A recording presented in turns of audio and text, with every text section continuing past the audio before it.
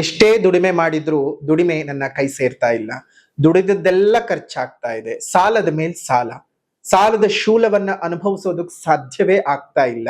ನನ್ನ ಜೀವನದಲ್ಲಿ ಅಭಿವೃದ್ಧಿಯೇ ಇಲ್ವಾ? ನಾನು ಬೇರೆಯವರ ಹಾಗೆ ತಲೆ ಎತ್ತಿ ಆರ್ಥಿಕವಾಗಿ ಸಬಲನಾಗೋದಕ್ಕೆ ಸಾಧ್ಯವೇ ಇಲ್ವಾ ಅಂತ ತುಂಬಾ ಜನ ಪ್ರಶ್ನೆಯನ್ನ ಕೇಳ್ತಾ ಇದ್ದೀರಿ.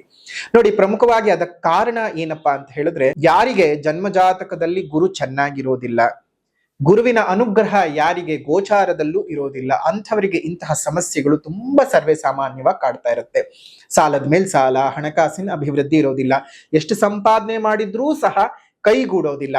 ಅಂತಹವರಿಗಾಗಿಯೇ ವಿಶೇಷವಾಗಿ ಅಧಿಕ ಮಾಸದ ಪೌರ್ಣಮಿಯ ದಿವಸ, ಅಧಿಕಸ್ಯ ಅಧಿಕ ಫಲಂ ಅಂತ ಹೇಳ್ತಾರೆ. ಅಧಿಕ ಮಾಸದಲ್ಲಿ ಮಾಡುವಂಥದ್ದು ಅಧಿಕ ಫಲಗಳನ್ನ ಕೊಡ್ತದಂತೆ.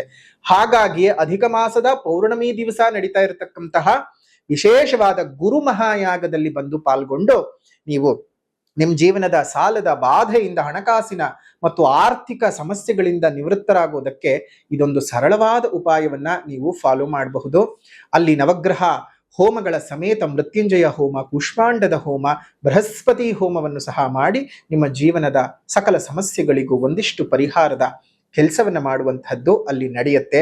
ಹಾಗಾಗಿ 31ನೇ ತಾರೀಕು ವಿಶೇಷ ಪೌರ್ಣಮಿ ದಿವಸ, ಮೇ 31ನೇ ತಾರೀಕಿನಂದು ನಡೀತಿರುವಂತಹ ಗುರುಮಹಾಯಾಗದಲ್ಲಿ ಬಂದು ಪಾಲ್ಗೊಳ್ಳಿ.